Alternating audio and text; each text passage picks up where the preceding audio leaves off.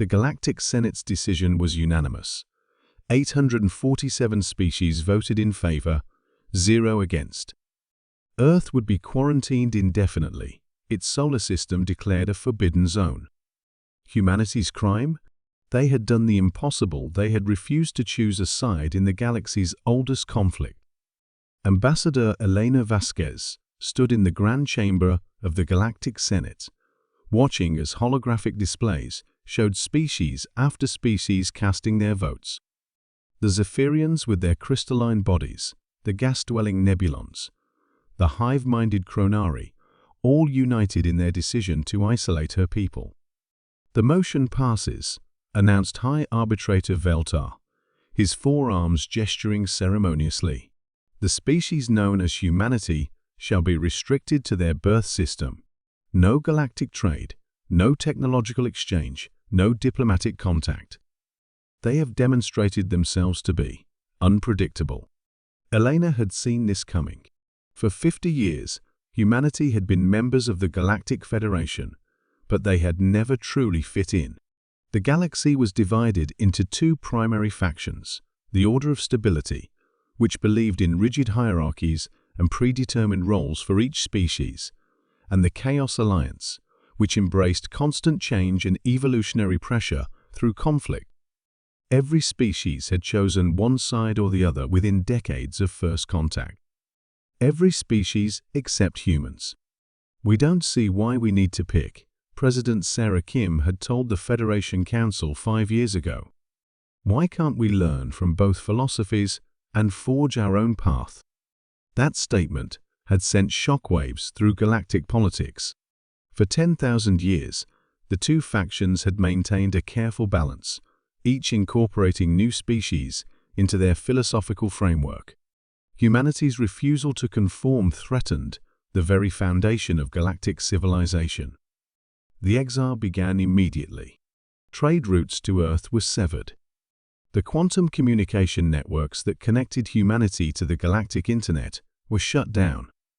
Even the tourism that had brought thousands of alien visitors to witness Earth's unique biodiversity came to an abrupt end.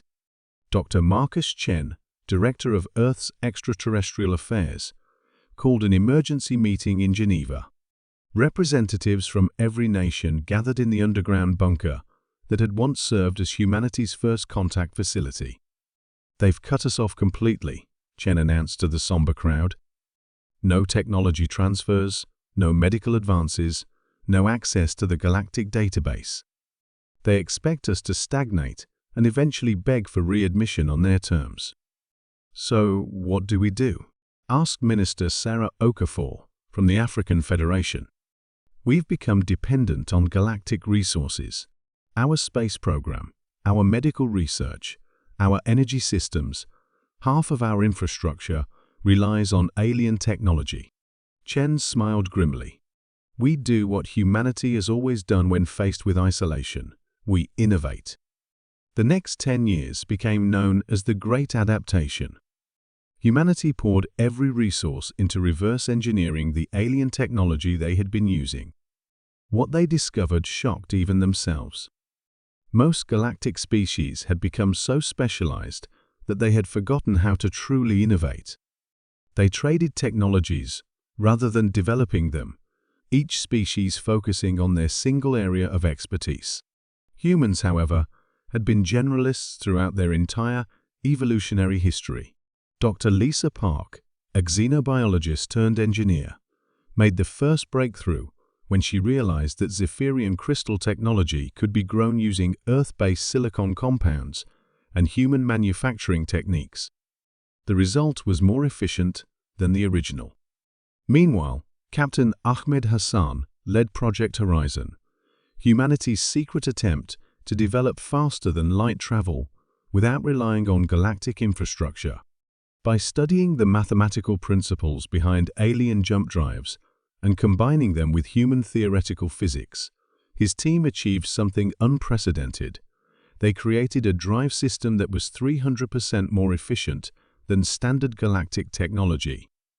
The breakthrough that changed everything came from an unexpected source, Dr. Rebecca Thompson, a philosopher turned physicist who'd been studying the fundamental conflict between order and chaos.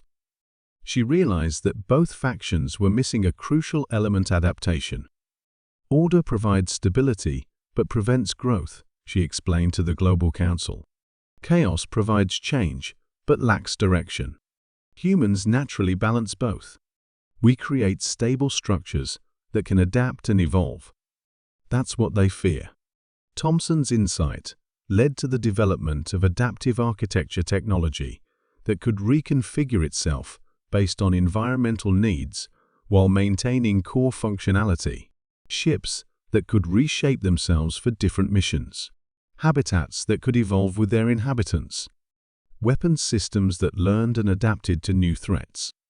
15 years after the Exile, the first human exploration fleets departed Earth using their new adaptive technology.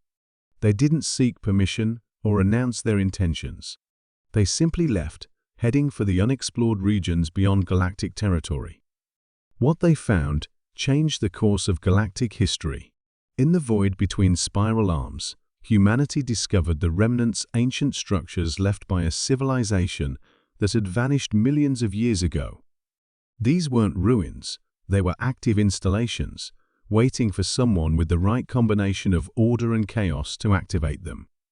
The remnants were libraries, but more than that, they were laboratories where the ancient civilization had been working on the same problem that now faced the galaxy: how to evolve beyond the endless cycle of conflict between opposing philosophies. Captain Hassan's crew, aboard the adaptive ship Harmony, made first contact with a remnant installation near the Andromeda transit point. The ancient AI that managed the facility had been waiting eons for a species that could demonstrate true balance. "Your people show promise," the AI told Elena Vasquez, who had been appointed as humanity's first deep space ambassador. "They have not chosen a path of pure order or pure chaos. They have chosen synthesis." The remnants shared their ultimate discovery: the galaxy's factional conflict was artificial, maintained by forces that benefited from eternal stalemate. The order and chaos factions weren't natural philosophical differences. They were the result of social engineering by entities that fed on the energy generated by perpetual conflict. Armed with this knowledge and remnant technology that was millions of years in advance of galactic standards, humanity faced a choice. They could return to the galaxy as conquerors, using their advanced technology to force change. Or they could do something unprecedented: offer an alternative. The message Elena broadcast to the entire galaxy was simple: the Exile ends now, but not because we're returning to you. You're invited to join us. Humanity established the Synthesis Coalition in the space between galaxies, building adaptive cities that welcomed any being willing to embrace balance over extremism. They shared their discoveries freely, but only with those who renounced factional loyalty in favor of cooperative evolution. The response was immediate and overwhelming. Individual members of both factions began defecting to human space. Scientists tired of rigid hierarchies, warriors exhausted by pointless conflicts, philosophers seeking new answers to ancient questions. Within 5 years, the Synthesis Coalition had become the galaxy's third major power. Within 10 years, it had become the largest. The ancient factions found themselves increasingly irrelevant as species after species chose the human path of adaptive balance. High Arbitrator Vaeltar, the same being who had announced humanity's exile decades earlier, arrived at Earth aboard a small diplomatic vessel. Elena met him in orbit, aboard the adaptive station New Geneva. "We may have miscalculated," Vaeltar admitted, his forearms drooping in a gesture of defeat. "The Order Council wishes to discuss terms for accommodation." Elena smiled. "There are no terms. There's only a choice: continue the ancient patterns or evolve. The galaxy voted to exile us because we wouldn't choose a side. Now the galaxy has to choose whether to join us or become extinct." Through the station's adaptive viewports, they could see the construction of humanity's greatest achievement: the synthesis web, a network of adaptive technologies connecting thousands of worlds in a new kind of civilization, one that grew stronger through diversity rather than division. "We didn't want to rule the galaxy," Elena told Veiltar. "We wanted to free it. The Exile just gave us the space and time to figure out how." The galaxy had voted to exile Earth, expecting humanity to wither in isolation. Instead, they had chosen to bloom in the darkness, creating something entirely new. And now that new path was open to everyone brave enough to take it.